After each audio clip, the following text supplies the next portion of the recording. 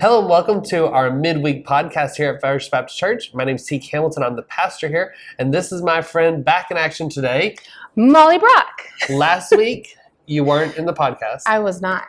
But we had Evangeline here from Operation Christmas Child, and what an experience to hear her story. That was amazing. I loved every second of hearing her testimony. Oh, It was wonderful. I wish we had had more time with her. Oh yeah. I know that they were on like a schedule and but it was so cool. And you and I have done Operation Christmas Child together for a long time. And so we both are very passionate about it. And just to hear that firsthand. So now our next trip, or our next step, I guess, would be to actually go on a trip to deliver boxes. I want to. Naomi, who's the regional area supervisor, she's the head of Operation Christmas Child in this area. She's my boss. So she went this year to Ecuador and actually handed out gifts. Cool. And she said it was an amazing experience. And I think the best quote she had was, it might not have been literally Christmas the date, but for that day with those kids, it was Christmas when they handed them out. So even cool. Being able to help at the distribution center, like I haven't done that yet either. Oh, okay, so that's our next step. Yeah, like we could, we could work up to it. To flying. You don't like flying. You're right.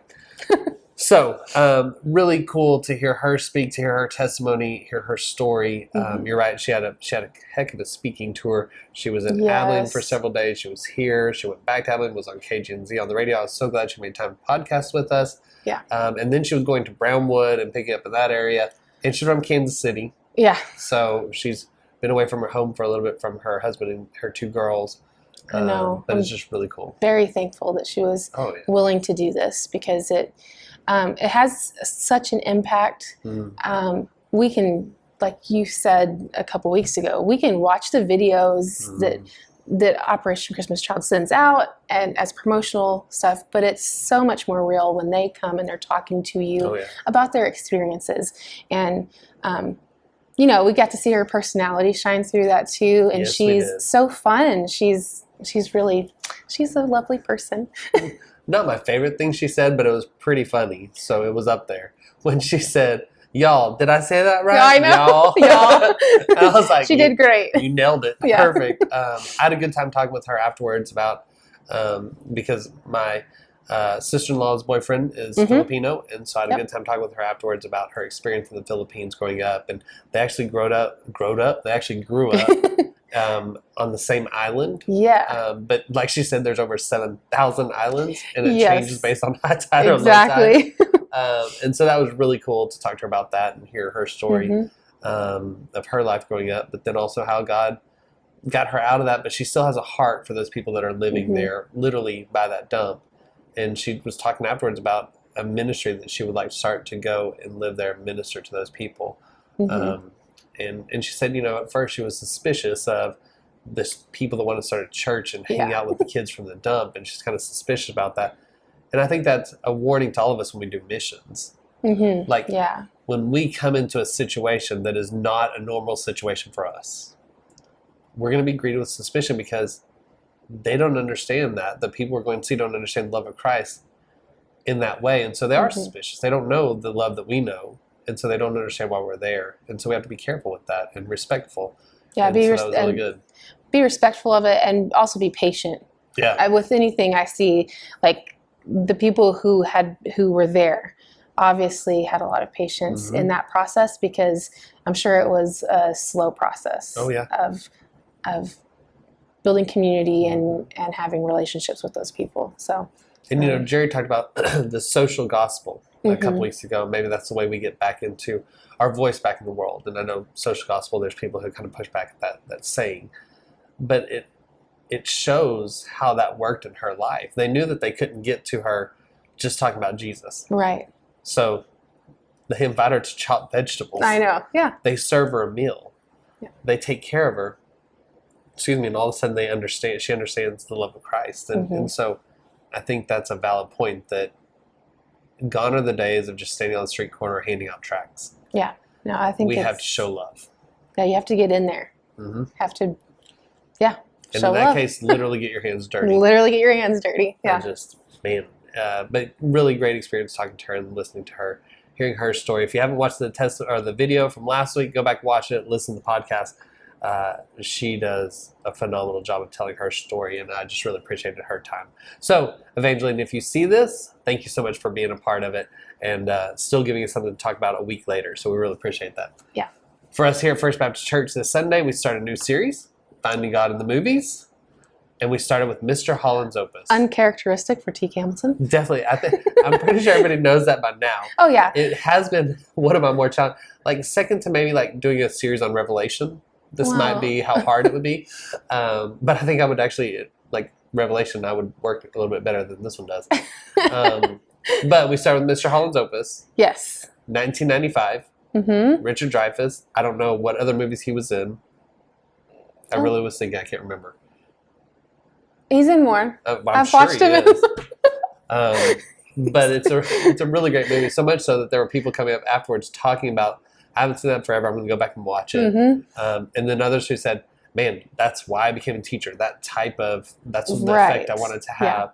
Yeah. And just knowing that it was Educator Sunday for us. Yes. Nice shirt. Yes. You're one of our educators.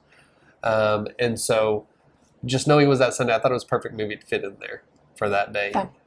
Oh, it was great. I love that movie. I can't watch it often though, because I stopped watching it because I was like, I can't handle crying anymore.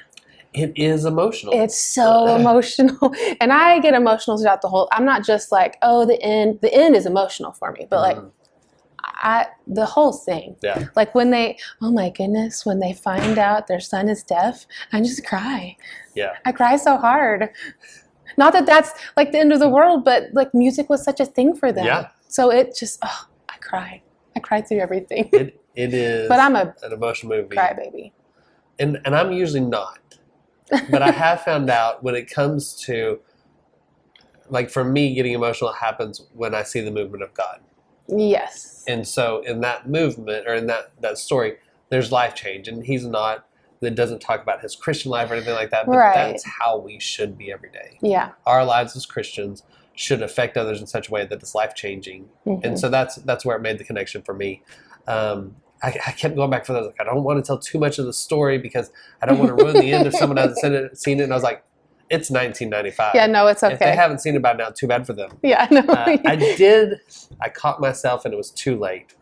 I went off my regular programming of how I do my message, and like I practice during the week, right? And I go through it, and I say it several times as I want to say it. And I went off when I was talking about Christian movies, and I still stand firmly behind most Christian movies are cheesy. I stand by that firmly.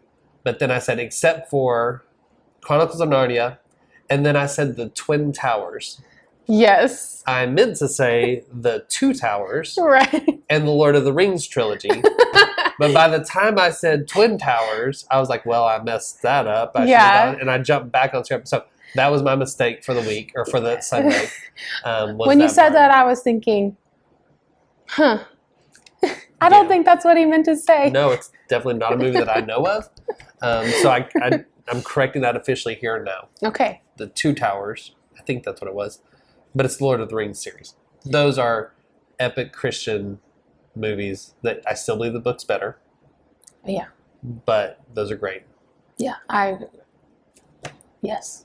Great movies. Let's chase one more rabbit trail before you get into scripture. Do you know of any other movies that the book is not better than the movie? The book is not better than the movie. Because I've consistently always said the book is always better than the movie until about a year ago we read the book that inspired Field of Dreams. Or was Field of Dreams, and compared to the movie, it's awful. You know, I'm kind of like a Mary Poppins. The movie's better than the book. I don't like the book. I don't like the book. It's, yeah. I like the happy, sing-songy Disney spin on it. Oh, okay. I don't remember ever seeing that or reading the book. Well, there you go. But I know Stacy has, so I'll check with her. But that's just my personal preference. But it's amazing. It's hard to remember or to think about that and figure out which one. There's one where the book isn't better. There are more. Like I have more, but that's the one. That just kind of popped up right in my head. So most of the time, though, we'll read a book, I'll read a book, and go watch the movie. You're like, that's awful. That's not how it goes. They totally changed the ending, and you're like, that's how it was Field of Dreams, though. Field of Dreams, the book is way better. But I think also, like, when I'm saying, like, the movie's better than the book, like, they didn't really follow it. No. You know, so it was like a different thing, somewhat. I just think it's James Earl Jones on Field of Dreams. That might be one of my favorites. So that's the rabbit trail for that one. Yeah. But we used Mr. Holland's opus, the decades of his life and how the movie tells his story, to jump to the character of John Mark. Yes. And John Mark he writes a gospel, but we know he wasn't a disciple of Jesus, one of the called disciples of the apostle. He was probably pretty young at the time that Jesus was leading his ministry for those 3 years. So we don't see him in the gospel, but there is one place where scholars think that Mark inserted himself into the story, that he saw Jesus. It's Mark chapter 14, verses 51, 52, 53, somewhere right in there. Yeah. I'm not going to explain any more about it. People can look it up, but that is one place where the scholars think that Mark inserted himself in the story because it's such a unique set of verses that only recorded there, and everybody else is kind of like, why did he put that in there? Hey, scholars think, what do you think? Oh, I think, of course, I'm going to go with the scholars. You're going to go with that. Yes, obviously. No, because it is so out of the ordinary. It doesn't make sense for it to fit with Peter's story. Because it talked about the disciples that all deserted. So who would have still seen that? So it is really interesting. So Mark chapter 14, verse 51 through 52, 53, somewhere in there. Check that out, most definitely. But Mark's story is the story of our life. I think that we're all writing gospel with our lives. We, in the gospel writing, the good saying, the good news, our understanding of the four gospels, they all point to Jesus. And that's what our lives should do and how we live our lives. And it should impact others, the people we see every day. And we talk a lot about the least of these. We talk a lot about Sermon on the Mount. I mentioned that. But it's also about living your life in such a way that every person you come in contact with sees Jesus through you. We're going to have ups. We're going to have downs. Mr. Holland's opus, there's a couple places where he has downs. He has some downs. In his family, in his relationship. Like there's things where you're like going, but he comes through it. Yes. Like he's carried through it. Mark has his downs and his ups. He deserts Paul and Barnabas, deserts his uncle. But he then writes the gospel. He comes through it. He's then seen as important to the work of Paul in the ministry.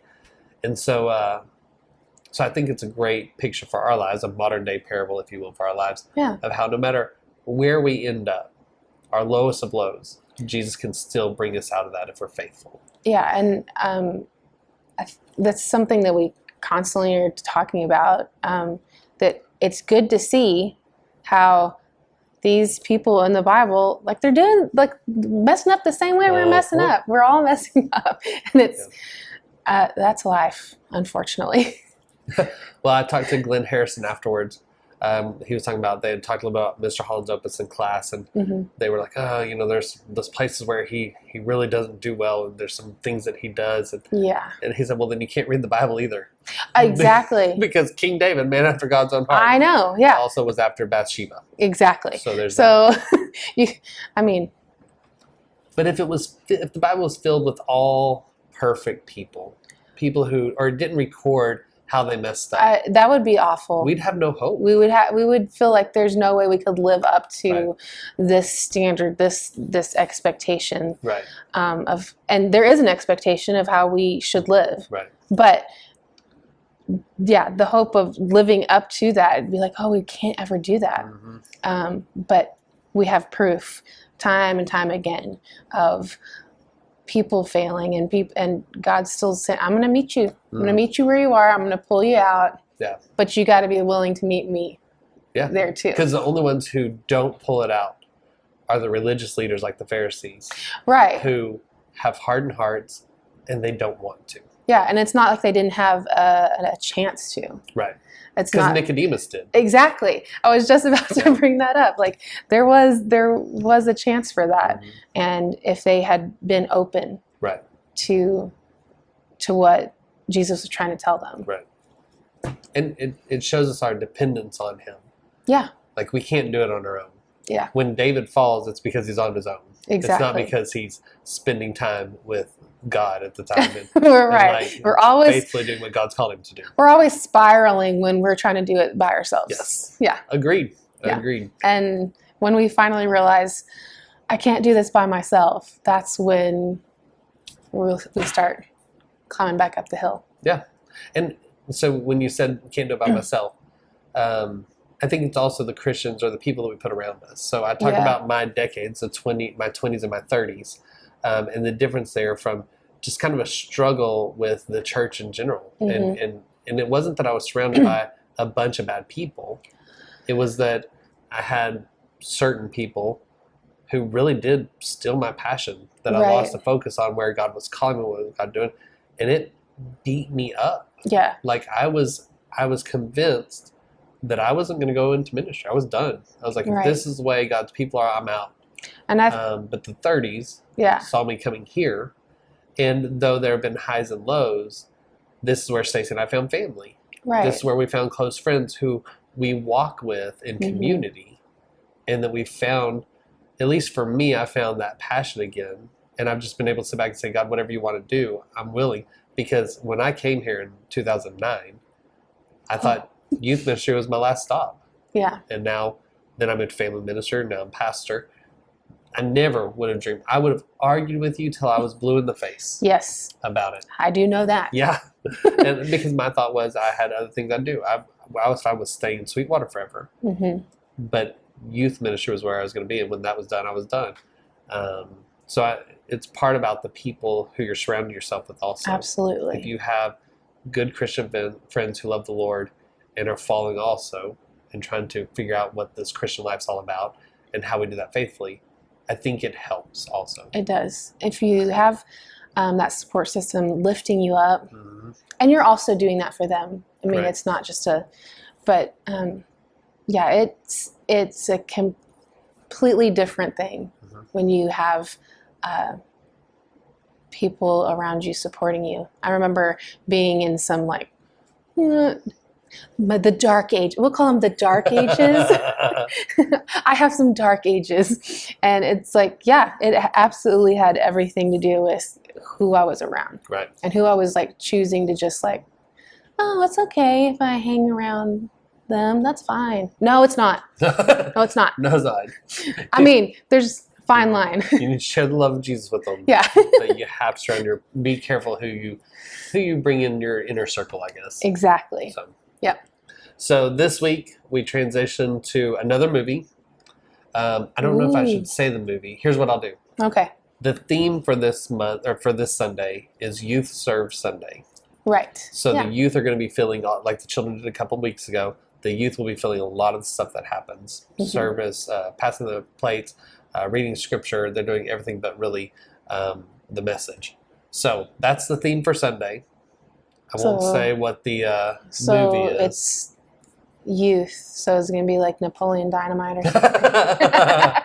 I'm kidding. Now I'm having to rethink it. No. I do like the idea of voting for Pedro. Yes.